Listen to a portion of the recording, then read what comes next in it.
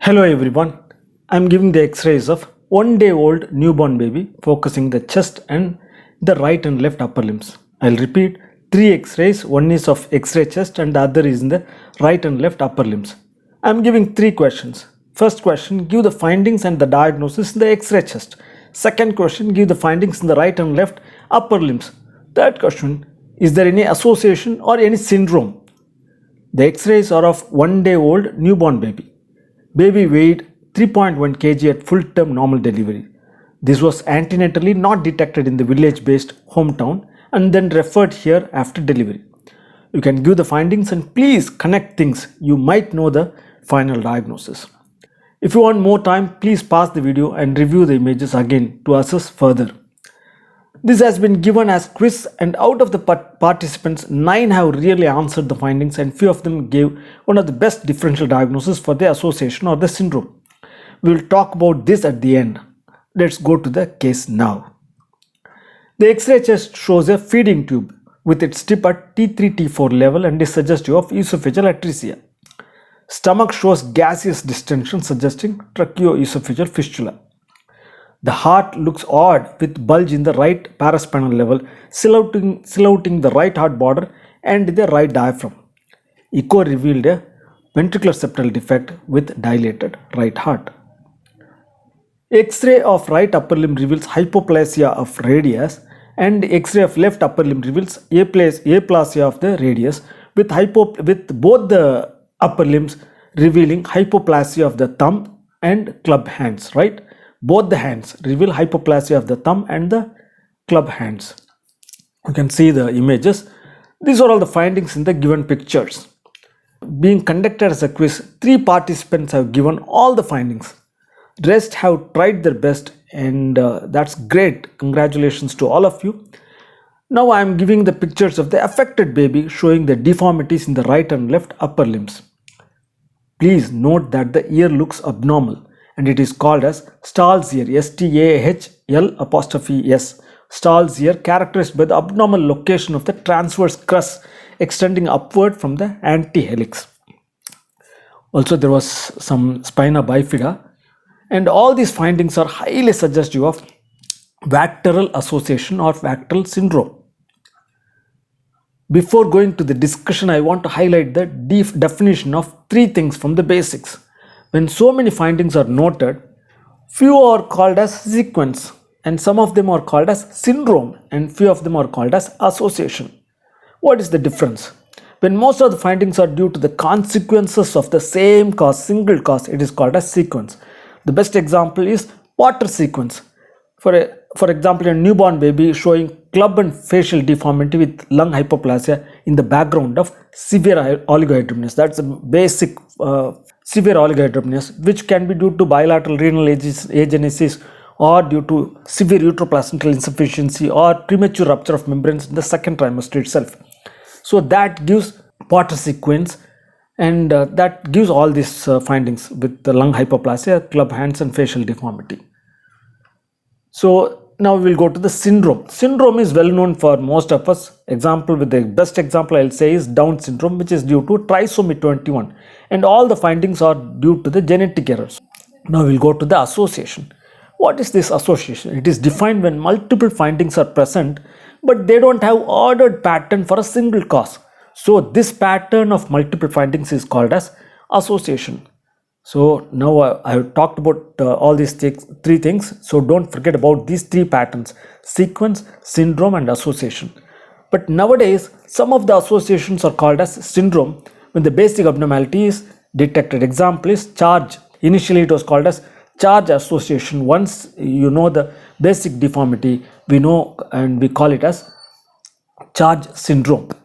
Now we will discuss about the VACTERL association or the VACTERL syndrome. VACTER association was suggested in 1973 by Kwan et al. And was later renamed as VACTERL. Intelligence of the newborn baby is usually maintained, but when there is associated hydrocephalus, it might be called as VACTERL H. In yesteryears, we called it as VACTERL association.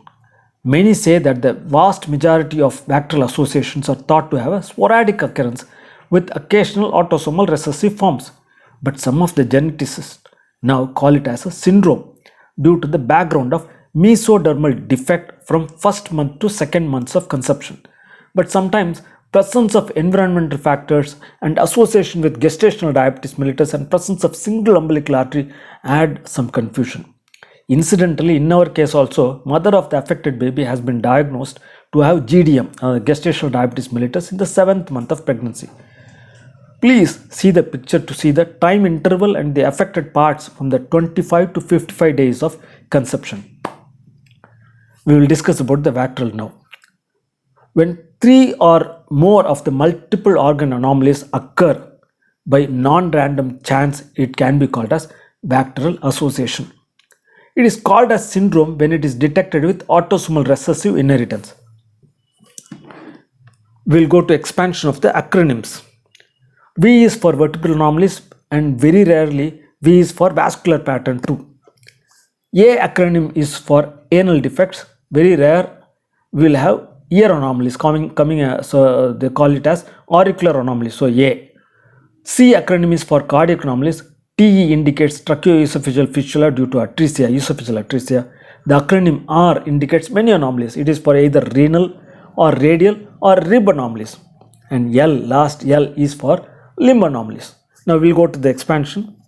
Vertebral anomalies, so more commonly is hemivertebrae or butterfly vertebrae, and you may have scoliotic deformity. Spina bifida is also can be, and in our case also it was there, and lordosis might be there. Very rare to have spinal dysraphism. Then we will go to the vascular defect, V. Vascular defect is single umbilical artery which has been documented in 35% of the fetuses diagnosed to have VACTERL later. Now we will go to A, anal atresia. Here imperfect anus is very common, and the other one is anorectal malformation. And A is for auricular defects. Either it can be very commonly preauricular tags might be there, and sometimes we have auricular defects. In our case, the baby has Stahl's ear pattern. You can see that. Then we will go to the cardiac defect, C. Ventricular septal defect is the most common defect, and second most common is the atrial septal defect. Rest of them are rare, but it has been documented. Truncus arteriosus, transposition of the great vessels, anomalous valves, tetralocephalo, dextrocardia, hypoplastic left heart, coarctation of aorta, pulmonary stenosis, patent ductus arteriosus all have been documented. The T, very important, tracheoesophageal fistula, TE, is usually with esophageal atresia and sometimes with, very rarely with duodenal atresia. Then we'll go to the R, renal anomalies. More common one is hydronephrosis. Second one is cystic kidneys. Very rare to have renal dysplasia or renal agenesis, and very rare to have urethral atresia. Then we'll go to radial limb anomalies, which can have polydactyly or syndactyly or hypoplastic or aplastic radial ray. So that affects the thumb too. The radial ray usually affects the thumb too. So in our case also it was there. The hypoplastic as well as aplastic radial ray. Club hands or feet also noted. We will go to the rib anomalies. Rib anomalies may accompany vertebral anomalies. A missing rib in a hemivertebra is also documented, and they are called as costovertebral anomalies. And sometimes you may have supernumerary ribs. If 3 abnormalities are noted, we can call that as VACTERL association or syndrome only after excluding other syndromes. The prevalence of this is 1:10,000 to 1:40,000 of live births. For definition, out of VACTERL, 3 anomalies are noted in 79% of cases, 4 anomalies are detected in 18% of cases, 5 to 6 anomalies in 3%. In our case also, so many anomalies were there. Now we will go to the incidence of each. The incidence of weight means VATE, vertebral, anal and TE anomalies, tracheoesophageal anomalies, is 50 to 80%, and the incidence of CRL means cardiac, renal and limb anomalies, is 40 to 50%.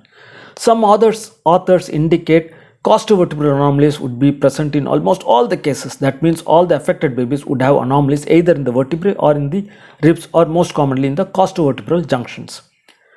Whenever a pediatric surgeon sees a newborn baby or an infant with TE fistula, tracheoesophageal fistula or imperforate anus, they usually try to rule out VACTERL syndrome or association by X-ray babygram and with echo.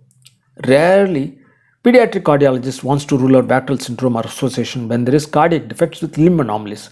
The same pattern should be thought of by the sonologist, radiologist and the fetal specialist when detect one of the anomalies in the fetus or in the neonate. Already I told you that this has been given as quiz in the Google form. 9 people have really answered all the findings and all of them gave one of the differential diagnosis. We'll talk about the DD now. These are the DDs in VACTERL association or syndrome in the books or in the literature. They are congenital costovertebral defects. Next one is Alagille syndrome, Charge syndrome, Currarino syndrome, Fanconi anemia, Holt-Oram syndrome. But in our case, only Holt-Oram syndrome fits in with the given images, and the 6 winners have given this as the best fit for the findings. But in reality, the presence of tracheoesophageal fistula almost rules out this syndrome.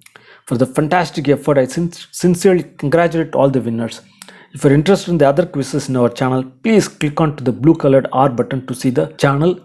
And then above the blue colored R button, you can click the videos next to the home and you will see the entire list. I am also enclosing the isolated case of tracheoesophageal fistula which had been diagnosed antenatally. You can click this if you are interested to see it. Thank you all for the attention. We'll meet again with another quiz. Bye bye and take care.